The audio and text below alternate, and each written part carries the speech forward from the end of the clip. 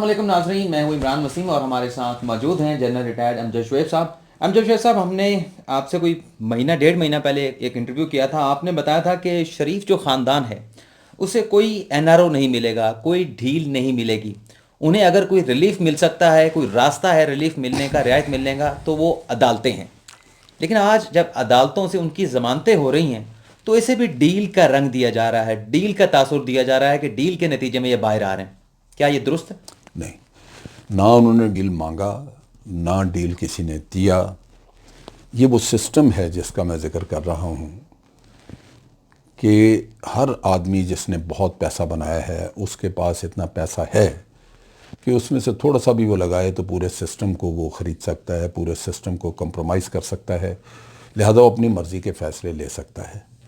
لہذا یہ جو صورتحال ہے جہاں وہ اپنی مرضی کا فیصلہ لے لے پورے سسٹم سے کہ جہاں انویسٹیگیشن ہے وہاں انویسٹیگیشن ٹھیک نہیں، اس میں جہاں ریفرنس بنا اس میں ریفرنس میں کمزوری، جہاں وکیل نے کام کرنا تھا نائب کے وکیل نے، وہاں وکیل نے وہ کام نہیں کیا، وہ خاموش کھڑا رہا، اور پھر جج صاحب آئے تو جج صاحب نے بھی اپنا حصہ لے لیا۔ تو ان چیزوں کی وجہ سے فیصلہ آپ کو اپنی مرضی کا مل جاتا ہے اور ساتھ آپ کی پوری دولت بھی بچ جاتی ہے، اور دنیا کو آپ کہتے ہیں کہ جناب دیکھیں کیا ہوا، میرے ساتھ دشمنی تھی، انہوں نے پکڑے رکھا ورنہ نکلا کچھ نہیں، میں تو عدالت سے چھوٹ کے آیا ہوں۔ انہوں نے پوری کوشش کی مجھے سزا دلوانے کی لیکن نہیں دلوا سکے کیونکہ میں بے گناہ تھا۔ یہ ٹیکنیک ہے جو آج بڑی پاپولر ہے، اور اس کا سب سے بڑی وجہ اور سب سے بڑا دکھ یہ ہے کہ عمران خان نے حکومت میں آ کے تو یہ نعرہ تو ضرور لگایا کہ میں کرپٹ لوگوں کو ہم این آر او نہیں دیں گے، پکڑیں گے سزا، لیکن یہ نہیں کوشش کی کہ ان اداروں کو کرپٹ لوگوں سے پاک کر لیں۔ ایف آئی اے ہے، آپ کا ایف بی آر ہے، ایس سی سی پی ہے، یا نیب ہے، یا عدالتیں ہیں، ان کا کوئی رستہ اس کو سوچنا چاہیے تھا، ادھر محنت کرنی چاہیے تھی کہ ان اداروں میں سے کیسے کچھ کرپٹ لوگوں کی بجائے کوئی میرٹ پہ لوگ آ جاتے وہاں پہ تو شاید کچھ چیزیں چل جاتی۔ ورنہ تو آپ دیکھ لیجئے کہ نیب روز ایک انکوائری کھول دیتا ہے، نیب سزا کسی کو نہیں، چل رہا ہے سلسلہ۔ آپ چیئرمین نیب کی تقریریں سن لیں بس، لیکن آگے کوئی انکوائری کسی نیچ پہ پہنچی کہ آپ نے دیکھا ہو کہ جناب فلاں کو سزا ہو گئی ہے، وہ ہوتی ہی نہیں۔ اگر یہ ریفرنس جمع کرا دیتے ہیں تو عدالتیں کام نہیں کریں گی۔ وہ جج صاحب جو ہیں وہ پہلے تو جج ہی میرا خیال ہے ان کے پاس پورے نہیں تھے، ابھی سنا ہے کہ کوئی مل رہے ہیں ان کو، لاہور ہائی کورٹ سے آنے تھے، بڑا وقت ہو گیا انتظار میں بیٹھے تھے۔ تو بہرحال ایک سسٹم ہے جو کہ عمران خان کو سپورٹ نہیں کر رہا، کرپشن کی وجہ سے یا کسی اور وجہ سے، لیکن وہ سسٹم جو ہے کرپٹ آدمی کو دفاع کر رہا ہے، اس کا کرپٹ آدمی کو سپورٹ کر رہا ہے، جو کرپشن کے خلاف جو جنگ لڑ ہے اس کو سپورٹ نہیں کر رہا، اس کی فیور میں نہیں کام کر رہا، وہ بیوروکریٹس ہوں کوئی بھی ہو۔ نتیجہ یہ کہ بہت ہی بڑی ایک مایوسی والی کنڈیشن ہے۔ انسان سوچتا ہے تو خوف کھا جاتا ہے کہ یہ کیا ہم اس ملک کو ٹھیک نہیں کر سکیں گے؟ ہمارے پاس کوئی ایسا چارہ نہیں ہے کہ ہم اس ملک کو واپس ان اخلاقی اقدار کے اوپر، ان قوانین کے پابند کر کے تو سسٹم کو لا سکیں جو ہمارے آئین میں ہیں یا ہمارے کرمنل کوڈ آف کانڈکٹ میں ہیں، لیکن لگتا یہی ہے کہ ہم نہیں کر سکیں گے، کیونکہ جو لوگ کرپشن کو، کرمنل ایلیمنٹس کو سپورٹ کر رہے ہیں وہ زیادہ طاقتور ہیں، ان کی شاید تعداد بھی زیادہ ہے۔ تو وہ عمران خان کے لیے یا کسی بھی حکومت کے لیے جو یہ کروسیڈ کرنا چاہے اس کے لیے شاید ممکن نہ ہو پاکستان میں کرپٹ لوگوں کا خاتمہ کرنا۔ ارے سر جی، کہتے یہ ہیں کہ جب شہباز شریف نے کنٹینر سے خطاب کیا اور اسٹیبلشمنٹ سے ایک شکوہ کیا کہ جتنا ساتھ آپ نے عمران خان کا دیا ہے، اگر اس کا 10-15-20% بھی ہمیں ساتھ دیتے تو ہم پاکستان کو زیادہ بہتر انداز میں چلاتے، اور انہوں نے کہا کہ ابھی بھی ہمیں موقع ملے تو 6 ماہ کے اندر پاکستان کی جو معیشت ہے وہ ہم تبدیل کر دیں گے۔ دیکھیں، دو چیزیں ہیں۔ پہلی بات تو یہ کہ یہ جو دعویٰ کہ ہم 6 مہینے میں ٹھیک کر دیں گے، اصل میں یہ اس لیے کہ نہ کوئی ان کو شرم دلاتا ہے، نہ ان کو خود شرم ہوتی ہے۔ یہ دعوے اس طرح کرتے رہتے ہیں، عمران نے بھی کیے، ان لوگوں نے، سب نے۔ شہباز شریف کے بڑے شمار پرانے دعوے پڑے ہوئے ہیں، آپ دیکھ لیں ان کو، کوئی بھی دعویٰ وہ پورا نہیں ہوا۔ اور پھر ایک دفعہ میاں نواز شریف صاحب نے کہا جی وہ جوش خطابت میں کہہ جاتے ہیں۔ ایک تو یہ کہ دعوے پہ یقین نہیں کرنا چاہیے۔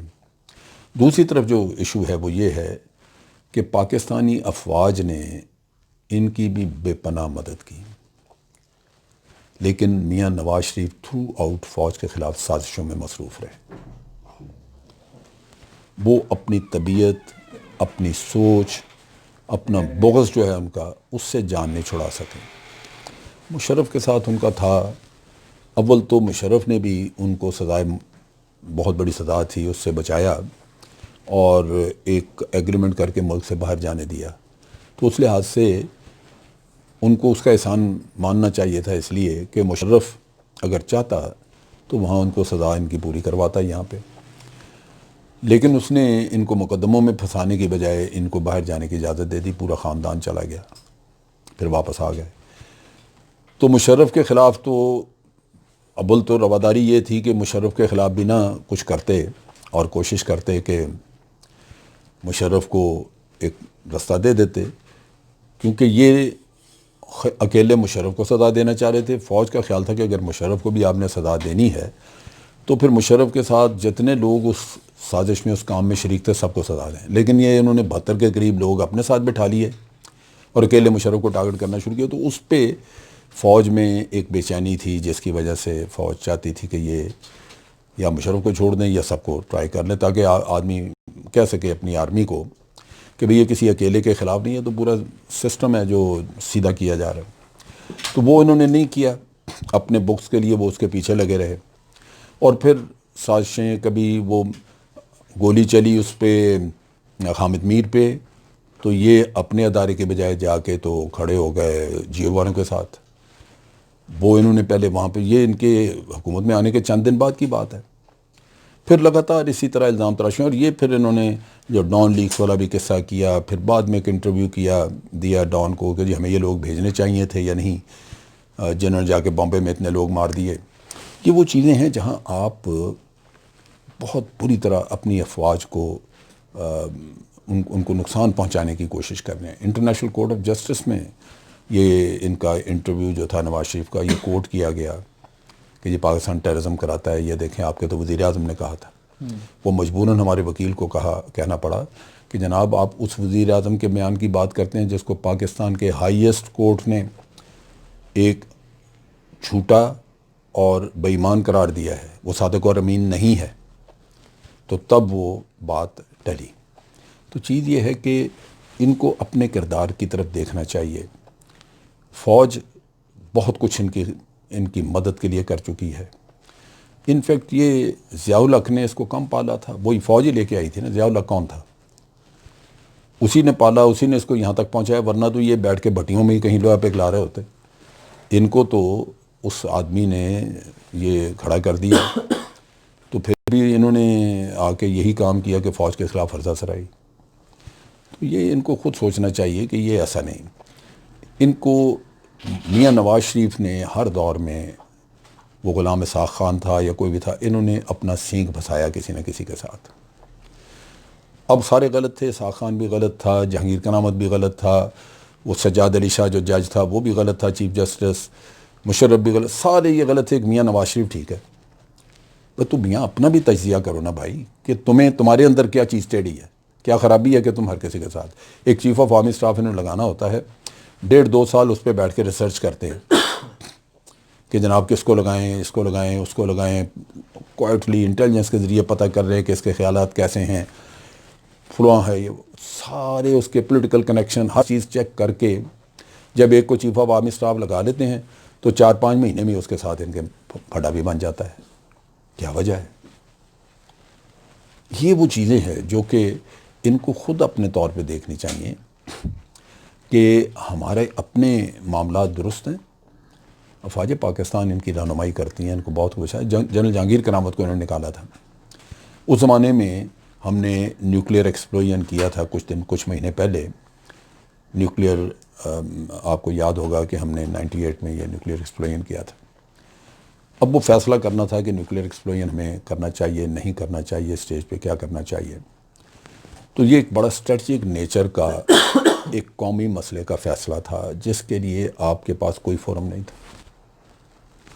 آپ مختلف جگہوں پہ مشاورت کر رہے ہیں, اسٹڈیز کر رہے ہیں, کوئی فنانس منسٹری میں, کوئی فارن منسٹری میں, کوئی نیشنل ڈیفنس کالج میں جا کے, تو وہاں سے ان کو ریسرچ دی, انہوں نے بنا کے پیپر پریزنٹیشن دی, کوئی اور.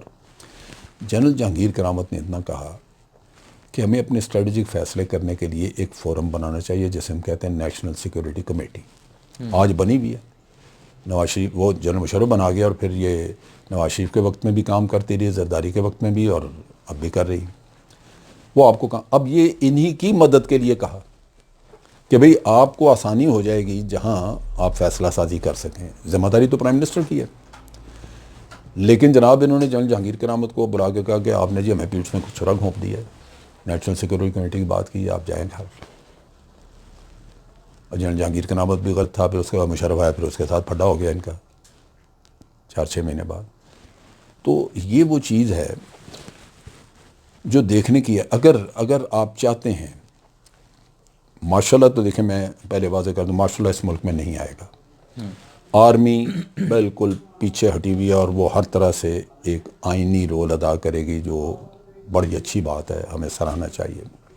تو یہ خوف لوگوں کے ذہنوں سے ختم ہو جانا چاہیے کہ جی ماشاءاللہ آ جائے گا. یہ بعض لوگ کہتے ہیں کہ جی فوج تماشا دیکھ رہی ہے, کیوں نہیں ان سیاستدانوں کو سیدھا کرتی. نہیں ضرورت, یہ عوام کا کام ہے, سیاستدانوں کا کام اپنا معاملہ ٹھیک کریں, فوج اپنا آئینی رول ادا کرے گی. لہذا یہ چیز تو ختم ہوئی.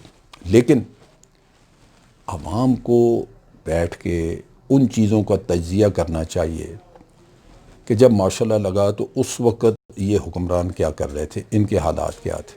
نواز شریف صاحب کا انہوں نے وہ ڈالر غائب کیے, ڈالر کھا گئے سارے لوگوں کا. وہ نیوکلیر ایکسپلوژن کے بعد اپنے نکال لیے, لوگوں کے کھائے پیے گئے. باہر 60 روپے کا ڈالر مل رہا تھا, انہوں نے 48 روپے دے کے لوگوں کی چلتا کیا. پھر امیر المومنین بننا چاہ رہے تھے, وہ اتنا خوفناک قسم کا شریعت بل لے کے آئے. اب آپ قرض اتارو کی اسکیم لے, قرض اتارو ملک سنوارو, پتہ ہی نہیں لگا پیسہ کدھر چلا گیا اس کا. بہت سارے سجاد علی شاہ چیف جسٹس کو, ججوں کو رشوت دے کے پیسے کھلا کے اس کے خلاف کھڑے بغاوت کروا دی, سپریم کورٹ پہ حملہ کر دیا, پھر مشرف کے ساتھ ٹکر گیا. مطلب اگر آپ دیکھیں 2-2.5 سال 3 سال حکومت کی, اس میں تہس نہس کر کے جیسے کوئی بالکل, مطلب آپ ہر چیز کو دھڑکے پر پھینک رہے ہیں. یہ جو چیز ہے اس کو عوام کو, لوگوں کو سوچنا چاہیے کہ بھئی ان کو سمجھایا جائے کہ دیکھو حکومت کرنے کا طریقہ سیکھو. تو اگر یہ نہیں کریں گے تو حالات بگڑ جائیں گے. سو یہ مسئلہ تھا ان کا. چلیں سر, بہت بہت شکریہ. ناظرین, جنرل ریٹائرڈ امجد شعیب صاحب ہمارے ساتھ موجود تھے, آپ نے ان کی گفتگو سنی. آپ کے فیڈ بیک کا انتظار رہے گا. آپ سے اجازت چاہیں گے. اللہ حافظ.